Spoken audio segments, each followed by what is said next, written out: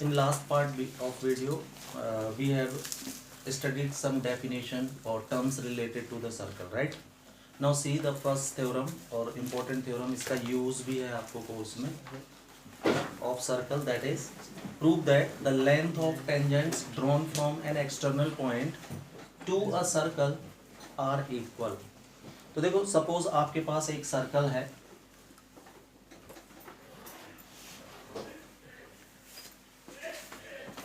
ये O इसका centre है, ठीक, कोई एक्सटर्नल पॉइंट है सपोज P।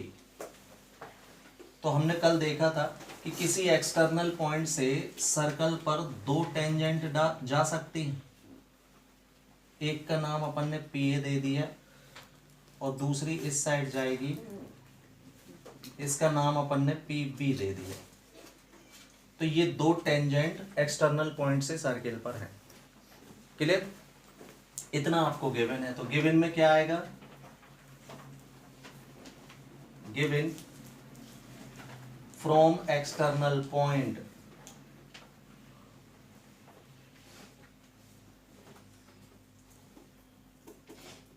P,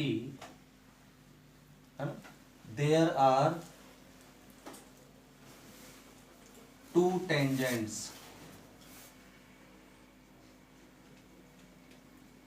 कौन कौन सी? PA and PB to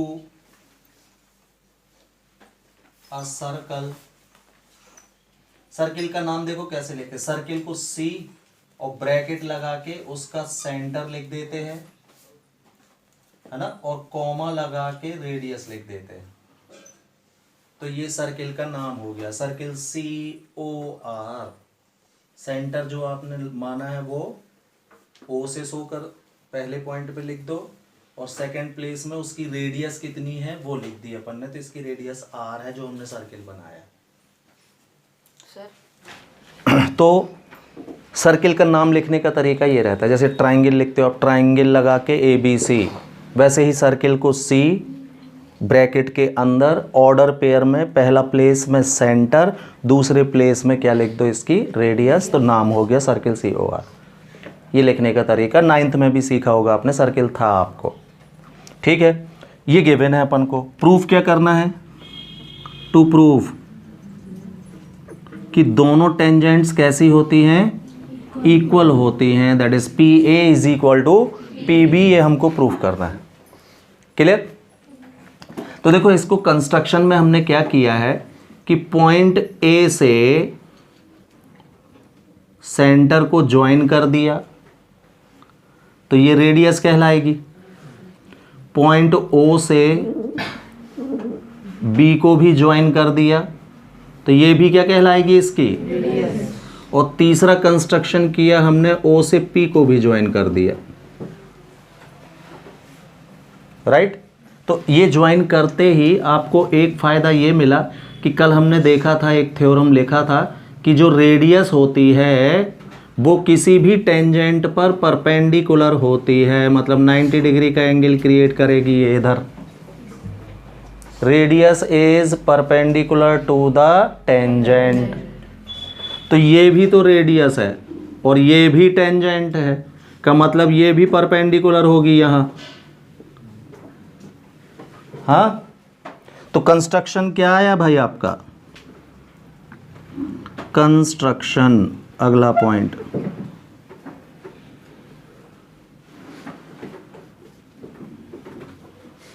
join OA, OB and OP, है ना। तीनों को हमने ज्वाइन कर दिया, OA, OB एंड OP को ज्वाइन कर दिया। नाउ प्रूफ में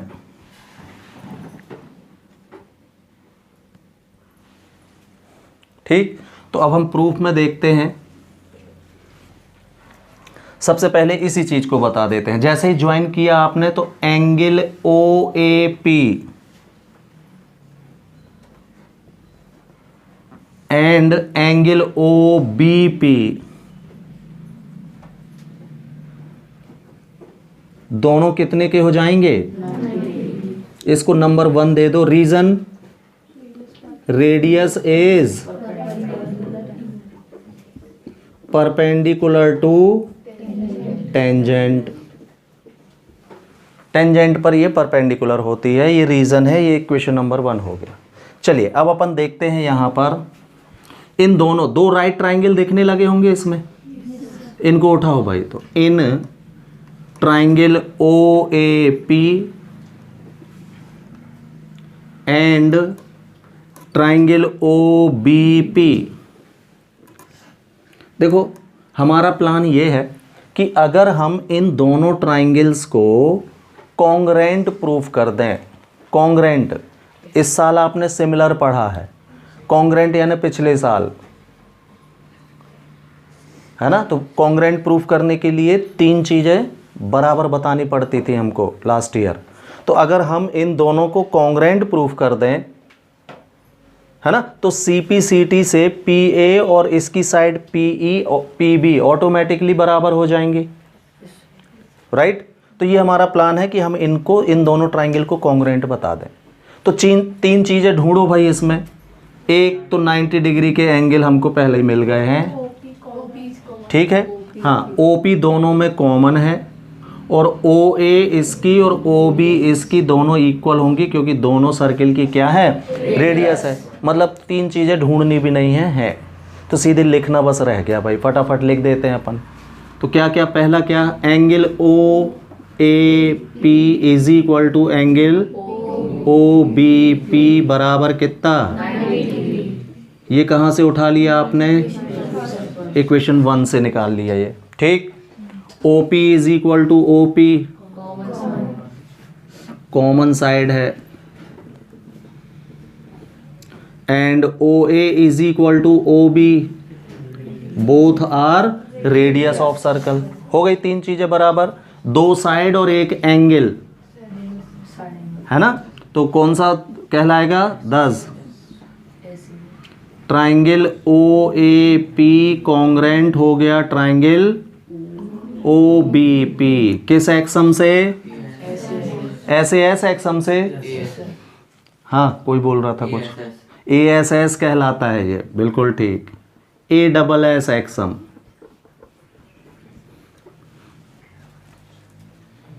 ठीक है। जिसको नहीं, हाँ, कईयों को ये जानकारी होगी 9th में कि SAS लिख दो चाहे ASS, एक ही बात तो है। नहीं होगा ज्ञान कि दोनों अलग अलग बातें हैं, ठीक है। SAS एक्सम किसको बोलते हैं कि जब आप 2 साइड बताओ इक्वल, तो इन दोनों साइड को कंटेन करने वाला एंगल जब हम इक्वल बताते हैं।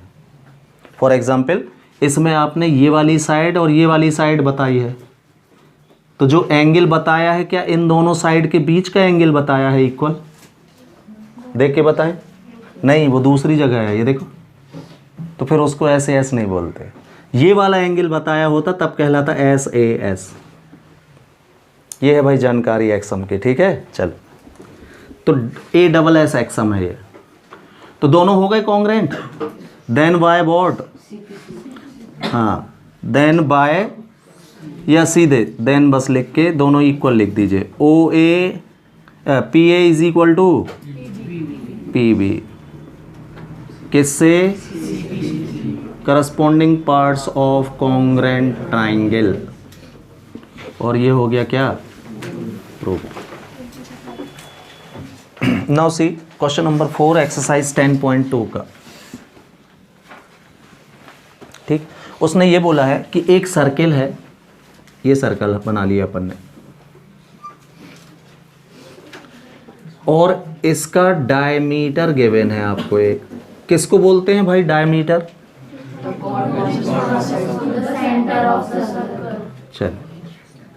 तो वो कॉर्ड जो सर्किल के सेंटर से जाती है क्या कहलाती है, डायमीटर। मतलब जो सेंटर होगा वो इस पर लाई करेगा, राइट। अब इसके 2 एंड देख रहे हो आप, A और B, तो दोनों पॉइंट पर एक एक टेंजेंट ड्रॉ की गई है ऐसे।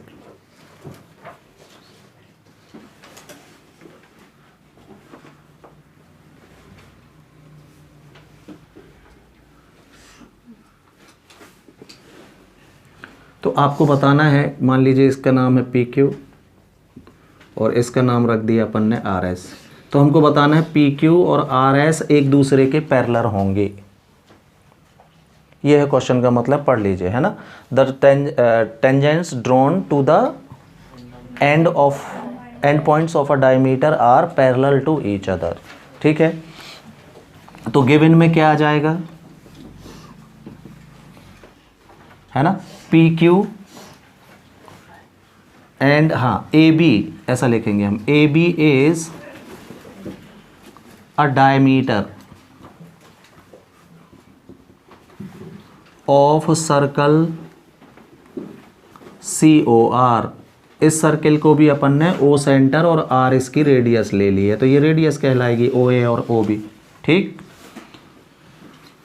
P Q and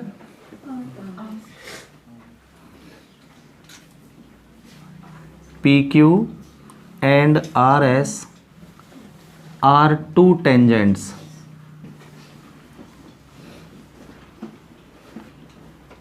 at point A and B respectively। मतलब A पॉइंट पर PQ और B पॉइंट पर RS दो क्या है, टेंजेंट्स हैं। ठीक है, प्रूफ क्या करना है, PQ is parallel to RS। ठीक, अब देखना, ये एक स्ट्रेट लाइन है डायमीटर। अगर हम किसी तरीके से ये बता दें कि ये वाला एंगल और ये वाले एंगल दोनों का सम 180 डिग्री है ना, तो एक ही लाइन पर अगर दो लाइनों का सम 180 डिग्री आ जाए तो ये दोनों लाइनें कैसी हो जाती हैं, फिर पैरेलल हो जाती हैं। पैरेललोग्राम में भी ऐसा होता है, एडजेसेंट साइड का सम कैसा होता है, 180 होता है, तो दोनों अपोजिट लाइन कैसी होती हैं, पैरेलल होती है ना। तो हमको कुल मिला के ये बस बता देना है कि ये एंगल और ये एंगल मिलके कितने के हैं, 180 डिग्री के हैं। तो ये प्रूफ करने के लिए आपको इन दोनों एंगल का सम 180 डिग्री प्रूफ करना पड़ेगा। ठीक है, तो प्रूफ 2 प्रूफ हो गया ये। चलिए प्रूफ में देखते हैं। तो ये बताओ, ओ बी रेडियस है और आर एस टेंजेंट है, तो ये वाला एंगल 90 डिग्री का होगा। फिर थ्योरम क्या पढ़ा आपने, radius is perpendicular to the chord to the tangent. चलिए, तो प्रूफ में हम लिखते हैं क्या, ओ बी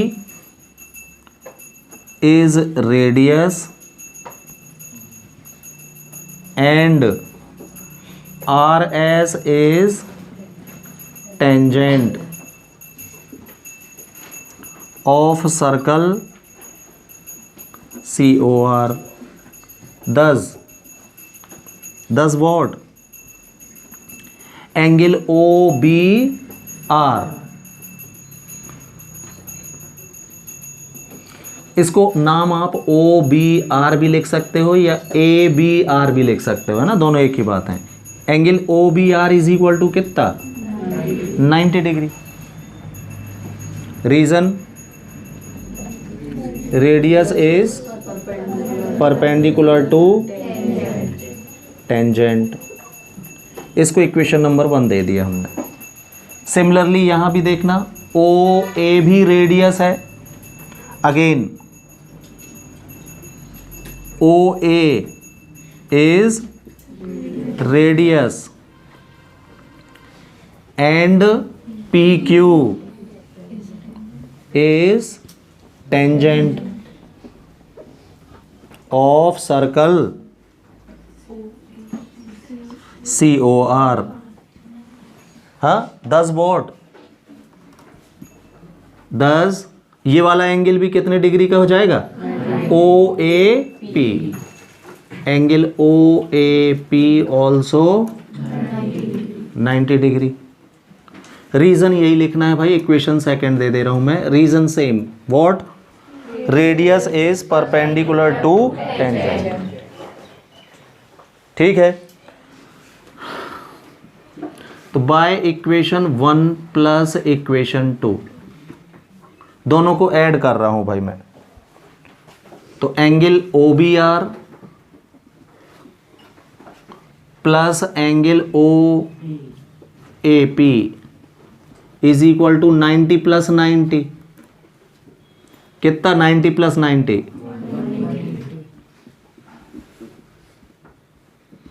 तो देख लीजिए इस एंगल और इस एंगल का सम 180 है।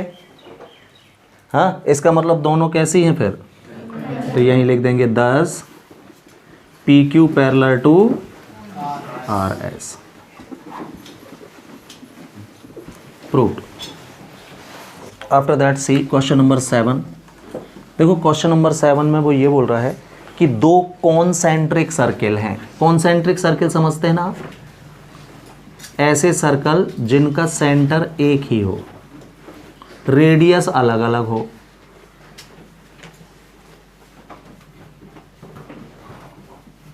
लाइक दिस, दोनों का सेंटर एक ही है O सपोज, तो सेंटर एक जैसे, रेडियस डिफरेंट, ऐसे सर्किल्स को हम कॉन्सेंट्रिक सर्कल्स कहते हैं। ठीक, एक की रेडियस 3 है तो अंदर वाले की रेडियस 3 कहलाएगी, छोटी है ये, और बाहर वाले की रेडियस 5 है, 3 सेंटीमीटर एंड 5 सेंटीमीटर इसकी रेडियस है। 3 और 5 ही लिखा है ना। तो अब वो ये बोल रहा है कि find the length of chord of larger circle, मतलब जो बड़ा सर्किल है उसकी उस कॉर्ड की लेंथ फाइंड करनी है जो अंदर वाले सर्किल को टच कर रही है। ये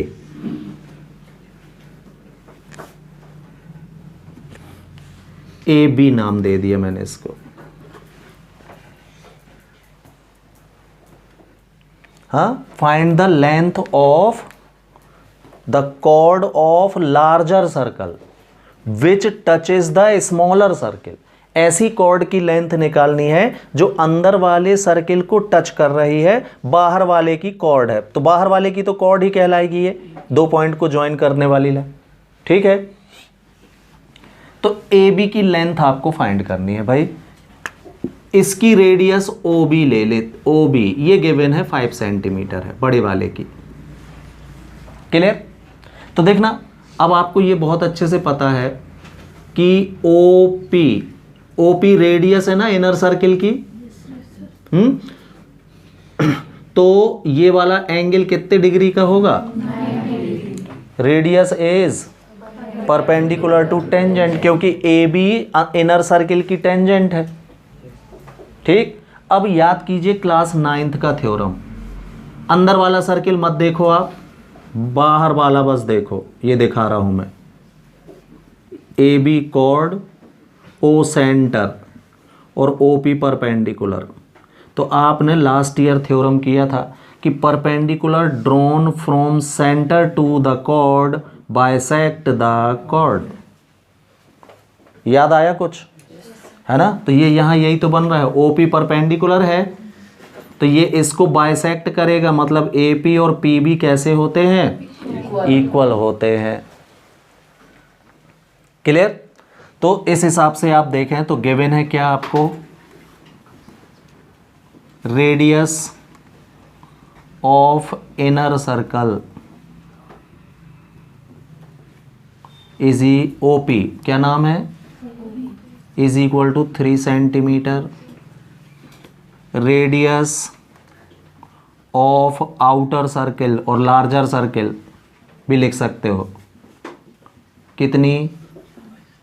OB 5 centimetre. AB is a chord of larger circle which touches the smaller circle.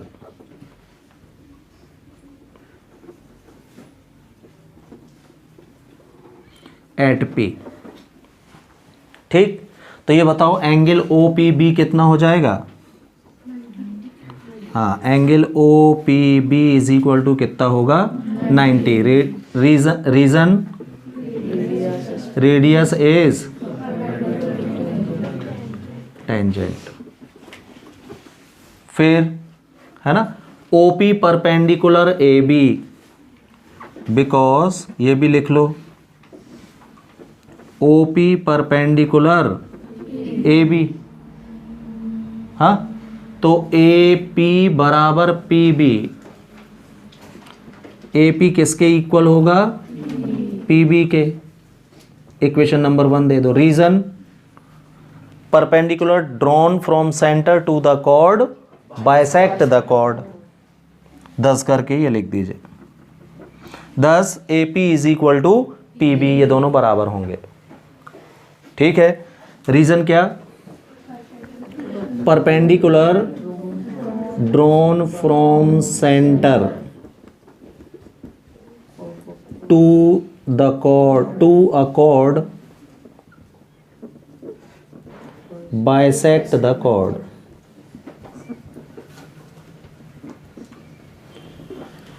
ठीक।